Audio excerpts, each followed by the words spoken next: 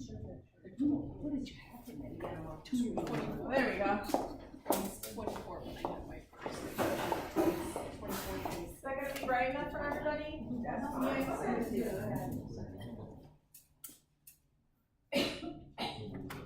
You guys. You have an attendance list or? No attendance list yet that I've been It's given. not required. Yeah, no, not required at all. No. It's kind of illegal, that's what I guess. That's fine, is that okay with everybody, the way this looks right now? Yes. Okay. Thank you. Okay. You good?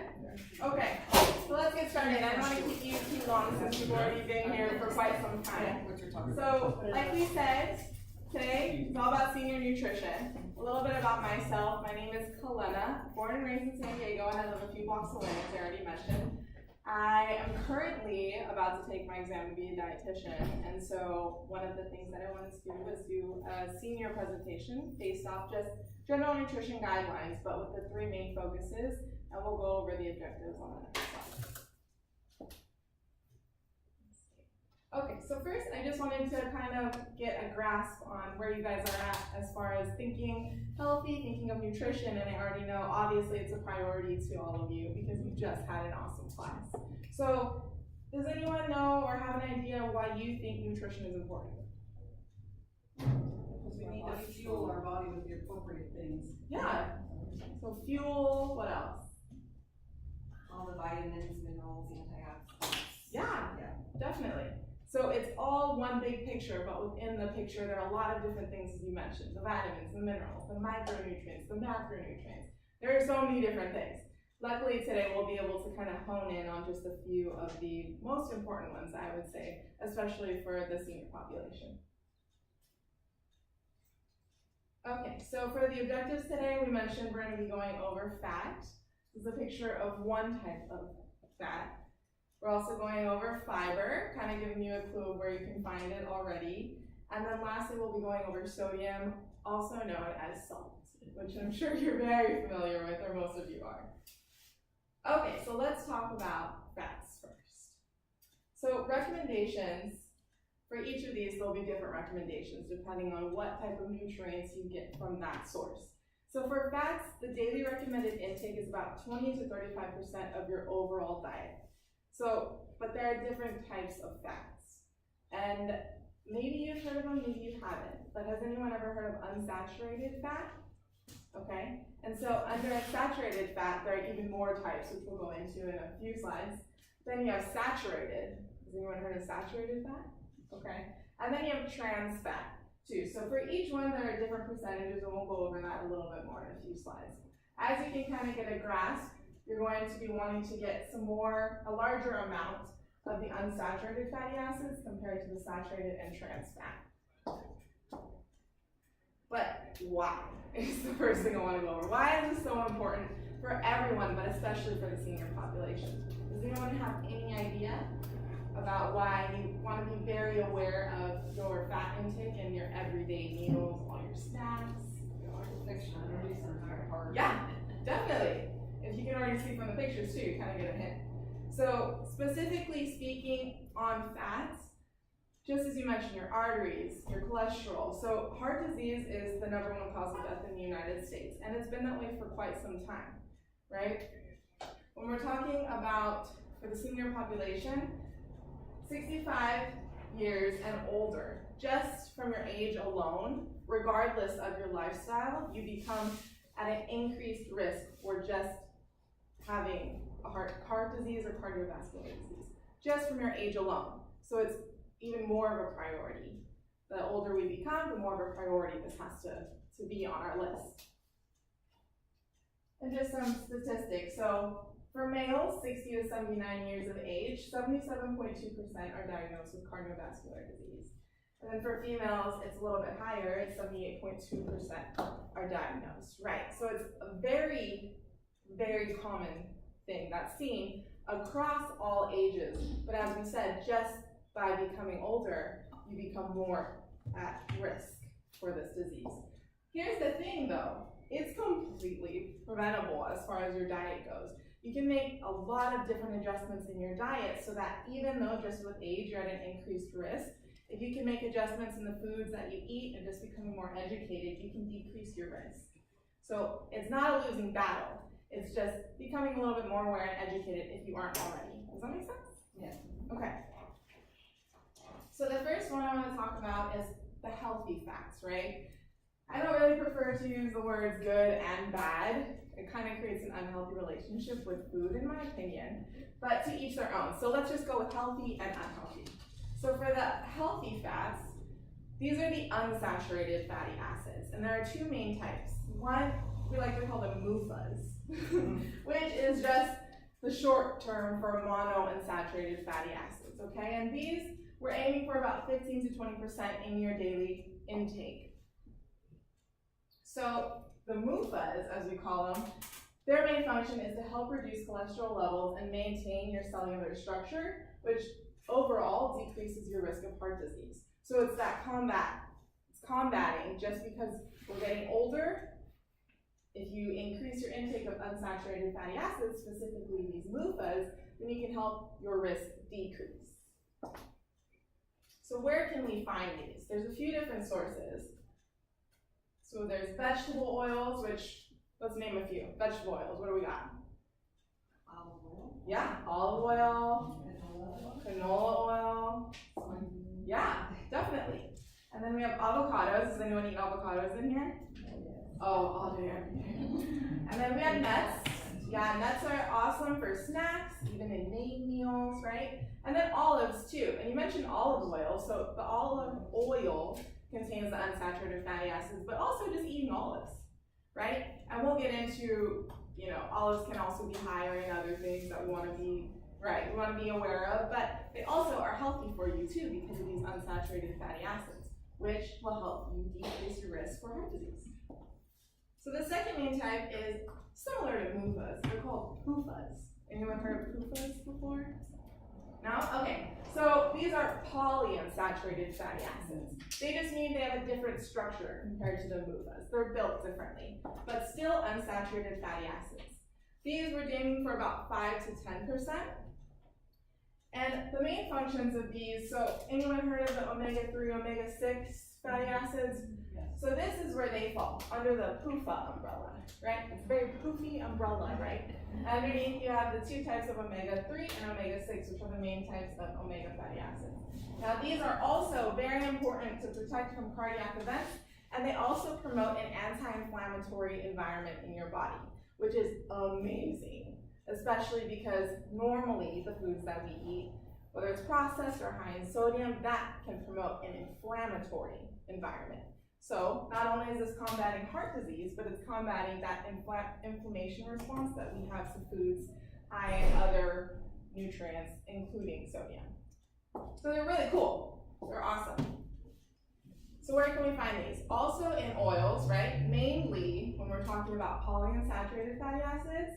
Does anyone use soybean, corn, or safflower oil ever? Yeah, if you do, these are higher in the PUFAs compared to the MUFAs, right? So you can kind of get a little bit of both. Also walnuts, right? We already talked about nuts, but specifically walnuts are higher in the omega fatty acids compared to other nuts. And then you also have flax seeds, right? But you want flax seeds to actually be ground up when you use them, just versus popping them whole or sprinkling them on the salad. You kind of want to grind them up to get the nutrients from the omega fatty acids.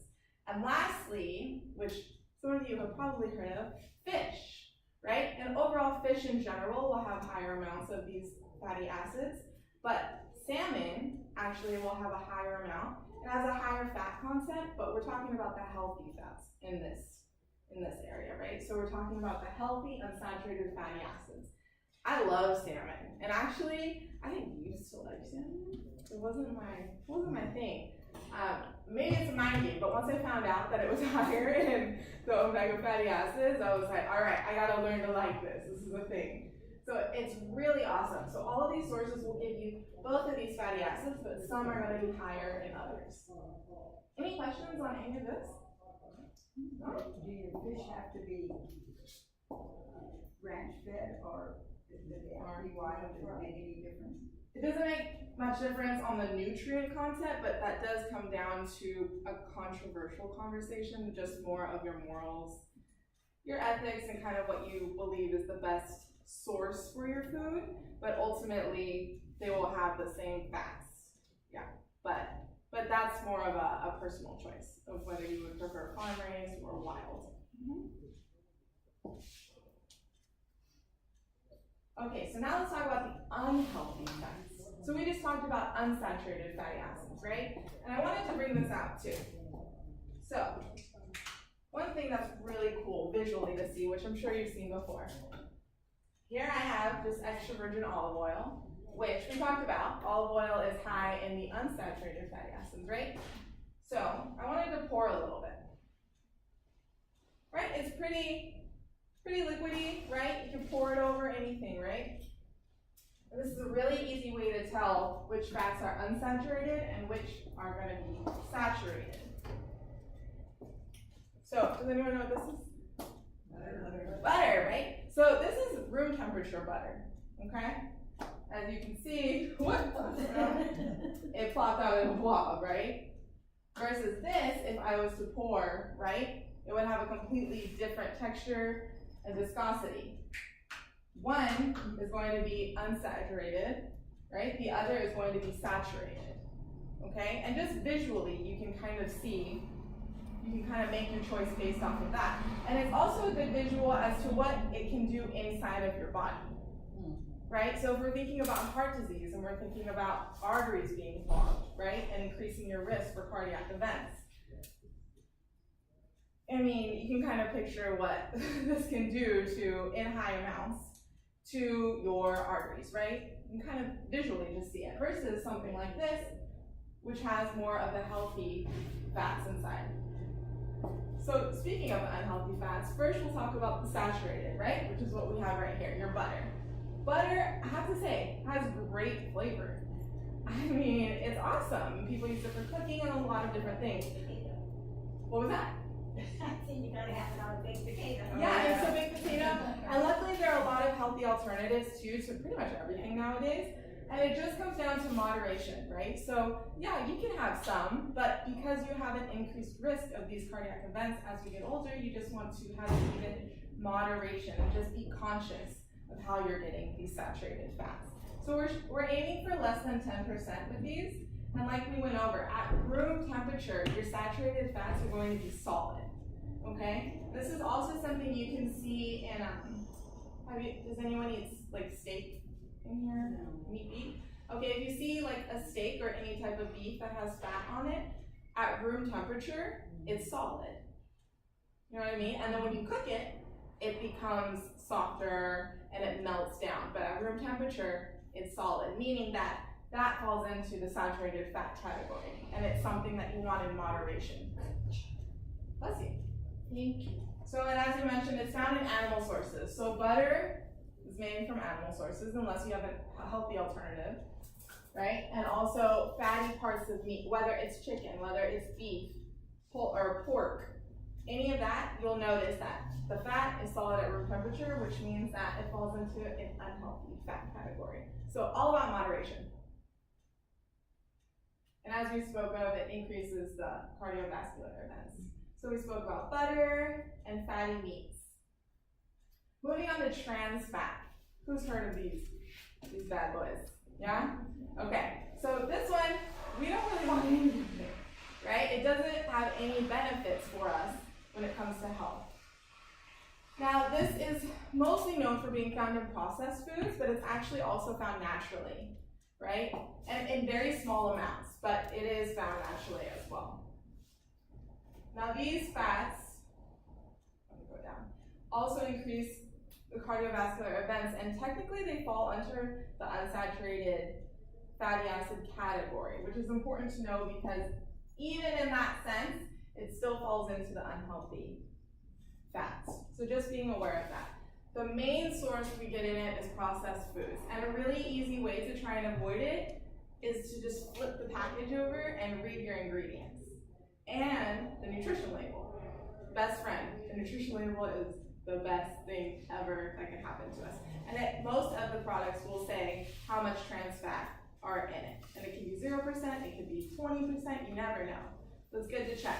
But most things that are gonna be high in trans fat are gonna be fried foods, like chips, a lot of the snacks in the snack aisle, even crackers too, things like that.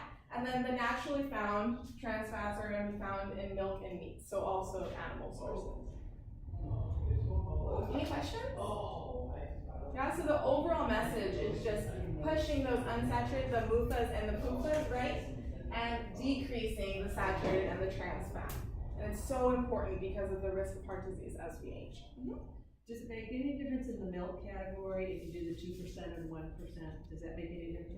It does. So that's mainly when it comes to saturated fat, but the trans fat is in such a small amount, but it does decrease if you were to get like skim milk versus whole milk. Definitely it does. Yeah, there will still be some traces though. But that's a good point to bring up. The milk actually falls into the unhealthy fats, which is why you want to try and choose skim milk 1% or 2% versus whole milk and things like that. And that's why it's all about moderation and just becoming educated and making healthier choices. Okay, fiber. Who knows about fiber? Anything? Ever heard of it? Just the word. Yeah, okay, fiber, I can talk about it for days. It is awesome. Okay. So let's talk about recommendations for fiber because they also have recommended amounts for us to aim for. So 50 years of age or older, we're aiming for 21 grams for females and 30 grams for males. And just like fats, there are different types of fiber as well. We have soluble and insoluble, right? And we'll go over those in a little bit.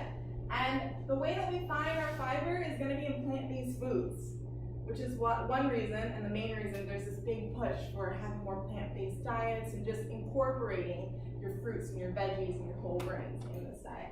You can see in this picture, everything in this has some amount of fiber, right? And everything in here is actually plant-based. All right, so I know we mentioned one benefit of fiber, which was, what were you mentioning earlier about fiber? You're going like this. Oh, it keeps you regular. Yes, so it keeps your bowels regular. And as we age, that's also something that's a very common problem because whether it's, you're not having enough fluid throughout the day, right? So it's kind of like a dry water slide. Things aren't going to keep moving, they're not going to keep coming out. Or maybe it's just because, you're not fully aware of where you're getting your fiber from or how much you need, right? So, but there's also so many other benefits to fiber. One being it increases satiety, which is just another term for helping you feel full in a smaller amount of food, right? So a plate of fettuccine alfredo, right, with chicken fettuccine alfredo versus a whole plate of, grilled veggies and like whole wheat pasta and chicken, the plate with the whole wheat pasta and your salad, that will keep you fuller longer than your normal fettuccine alfredo pasta, which is higher in fat and lower in fiber. That's just one example. Also, it promotes a healthy weight because it does help your bowel movement, right? And it helps you feel fuller longer, so you don't feel like you need to eat as much as you mostly or mainly would throughout the day. So you'll feel fuller longer and you can still snack, but it'll hold you off for a longer period of time. Also, it helps lower cholesterol, which falls back into the heart disease field, right? So this is just one more way to decrease that risk for cardiac events. Also, it maintains blood sugar levels. So for those who are diabetic or for those who, are just trying to watch the blood sugars because that's good for all of us, whether or not you have diabetes, fiber is amazing. Yeah, so helps you feel full longer, helps you have a healthy weight, helps lower cholesterol, and also helps you control your blood sugar levels. It also has been proven to help prevent colon cancer, which does mainly fall into the category because of the bowel movement, right? So it helps you maintain your health, it helps you keep you regular, and then we already said promotes a healthy bowel movement. Where can you find this? Fruit, vegetables, and whole grains. Bam, bam, bam. Done, done, done. Fruits, anyone have a favorite fruit? Apples, yes. Anything else? What was it? Bananas. Mine would be mango. Okay, I would say mango. And speaking of apples, I did want to bring this out. Okay. So, we said fruit, right? But there are a lot of different fruit products out there, right? So here I have all apple. It's all apple, right? Which is technically your fruit, right? So you have your fruit juice, right? Apple juice. I have applesauce. And then I have a whole apple. Does anyone know which one probably has the most amount of fiber for you? Which one? Okay. Yeah, correct. I think most of you said the whole apple. Does anyone know why? The skin is very important. Yeah! Good job. Yeah, so when you have your whole form of your fruit, your vegetables, you also have the skin. You have the skin and you have the pulp on the inside, right? And you still have the juice, you still have the flavor. So you can get your soluble and your insoluble types of fiber by eating the whole apple. Versus the more processed that it becomes, the more fiber that you lose.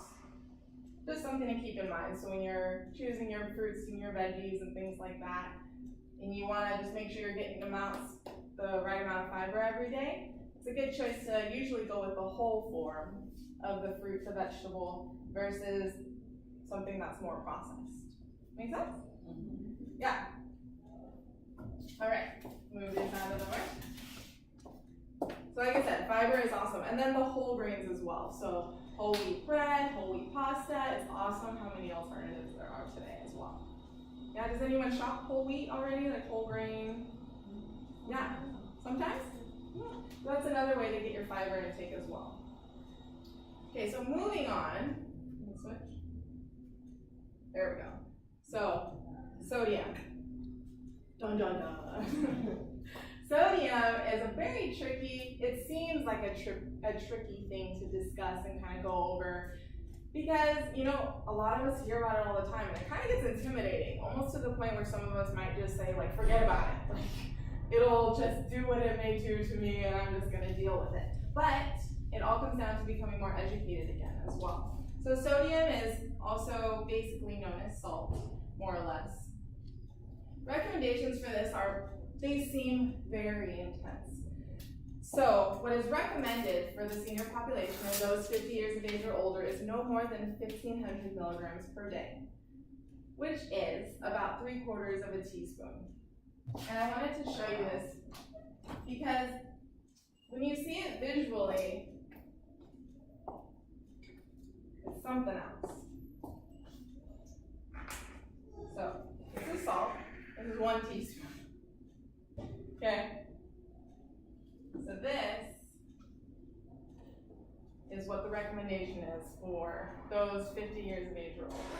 This is, realistically, I mean, it's kind of nuts.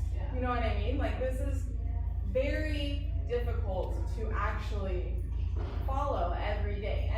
And people know that.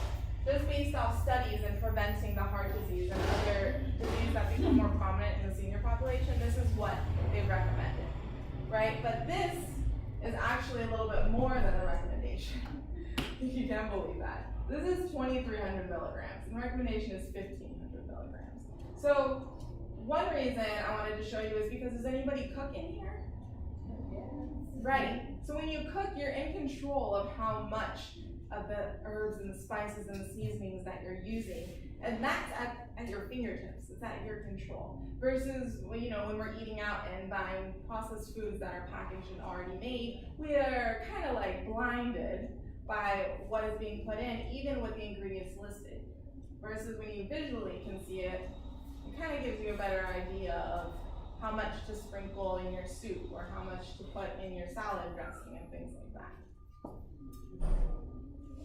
So the importance we already slightly discussed, but having a lot of salt in your diet or sodium is one of the main causes of increased blood pressure, right? And that's never a good thing to have at any age. But as we age, as we get older, it's even more important for us to keep an eye on our blood pressure. Also, heart attacks falls into the cardiovascular category. and stroke as well. These are the main reasons why keeping an eye on your salt intake, whether or not you can actually get to the recommended amount, just being more aware of it is the first step. So what are some strategies to decreasing salt intake? We already talked about a few of them, but one is to check nutrition labels. Does anyone do this already?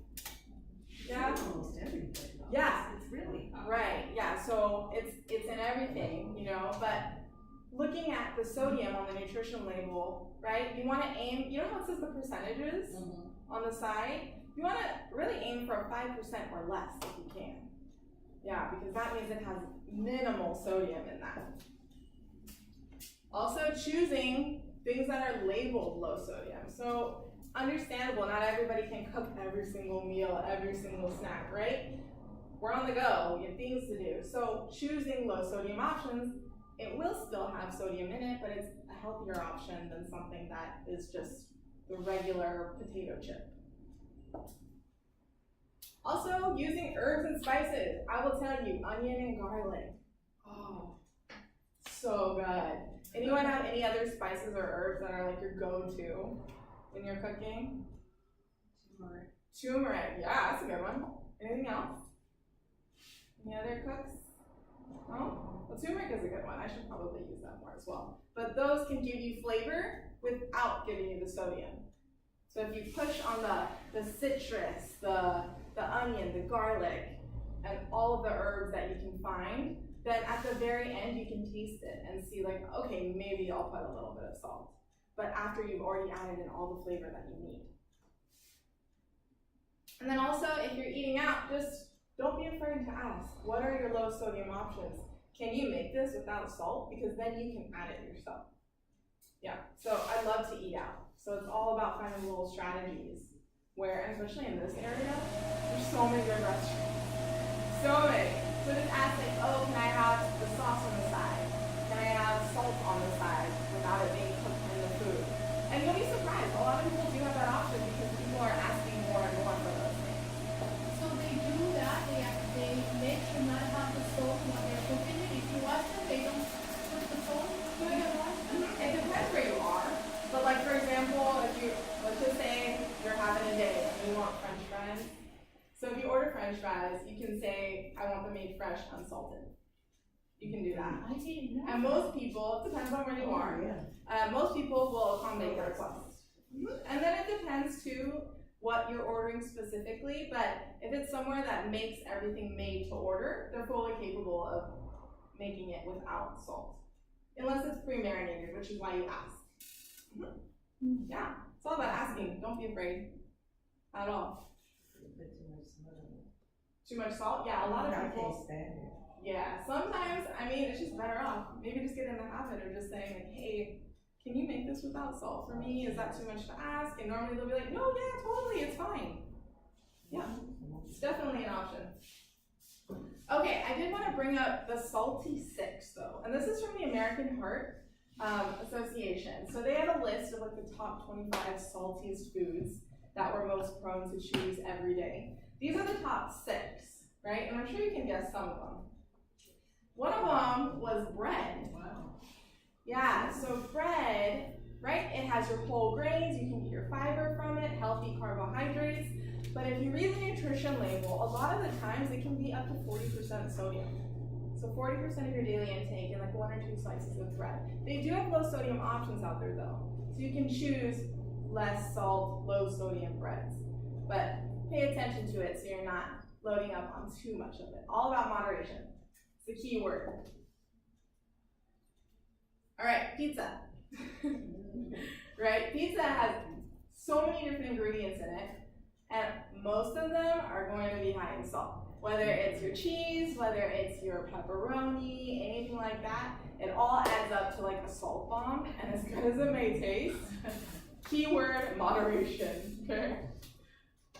All right, then you also have sandwiches for multiple reasons, but for one of them we already mentioned, which was? Bread. Right, bread. So doesn't matter what kind of bread it is, it still will always have some amount of sodium in it.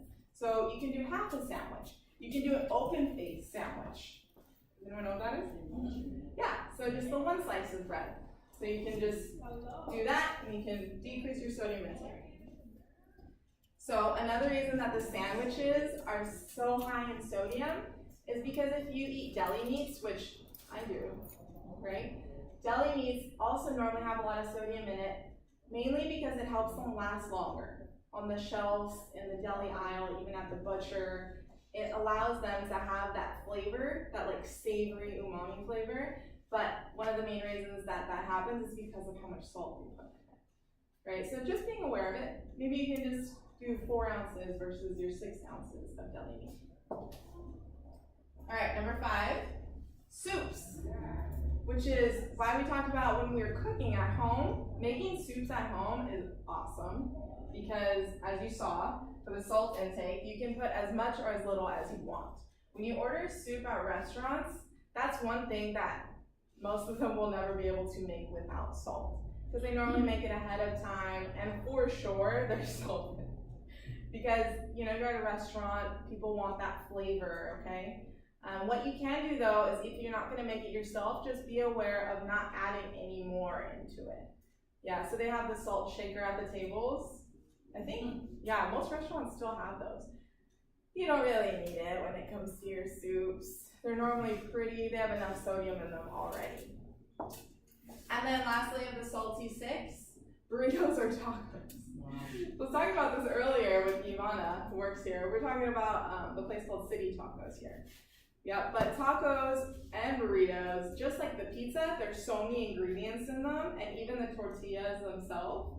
I don't know if anyone's ever made tortillas, but normally you add salt into it as well. So just comes down to either making it your own or just asking them, do you have any lower sodium options that I could have maybe? It's all about asking questions. Yeah, so that's the salty 6. So let's review a little bit of what we've talked about. So why is it so important to decrease unhealthy fats in the diet? Shout it out. Risk of heart disease. Yeah, main reason, risk of heart disease. And why is it so important for those of the senior population to watch out for heart disease? Number 1 killer. Yeah. Prone to it. Yeah, super prone to it. And as we saw the percentages, you know, over 50% of males and females who are 65 years of age or older are diagnosed with heart disease. So just being more aware of it. All right, which is more nutrient dense and why? And I want to bring this up. The apple. Why the apple? The fiber. Yeah, the fiber, right? Both types of fiber, one coming from the outside of the skin, the other coming from the inside of the main meaty portion of it. So just from everything we've done today, does anyone feel like there's at least one healthy change that you can make to your diet? Just one. Anyone feel like you learned anything that you could be more aware of? Does anyone want to share? I'm gonna pay more attention to the label. I look at the labels, but I'm not sure what I'm reading. There's too many numbers and percentages. And Yeah. I just don't remember, but now I have a 5% or less for the Yeah. sodium. Yeah, it really helps when you have an exact number to put something to. Anyone else? I know for me, once I've learned all of this, I mean, doesn't matter what age I am, it really applies to everybody. It's just the recommendations are what differ, but the nutrients are the same. So for me, I try and focus on more fiber intake. Every day I try and think, oh, instead of having a juice, I can have a smoothie, because then I throw the entire thing into the blender versus losing out on the skins and the pulp and all of that. Are there any questions on anything we went over today? Yeah. I'm curious with the soluble and insoluble fiber. What's good for what? Yeah. So that's a good question. So there's the two main types we talked about, insoluble and soluble. The main way that I like to distinguish them is they have different functions, especially for your bowel movement. So for the insoluble fiber, that's the one that's going to help you the most if you ever feel backed up or constipated. And one way to remember that, I don't know if it'll help you at all, is if you think of saying come in, like that. So if you're constipated, then insoluble, if that makes sense, right? And then if you're on the flip side and things are a little more hectic, with your bowel movement, also known as diarrhea, then you really want to aim for more soluble fiber. But no matter which one you're intaking, with fiber, what you really want to pay attention to is making sure you have enough water intake or enough fluid. Because as we mentioned before, it can become like a dry water slide, like very quickly. So the insoluble, mainly for things like when you're feeling backed up or constipated, soluble when it's more of a diarrhea situation. Does that answer? What are examples of? Oh yeah, so insoluble fiber, a lot of it can come from the skins of the fruits and the vegetables. So that's where you'll find most of the insoluble, which is the one that's gonna help you with the constipation.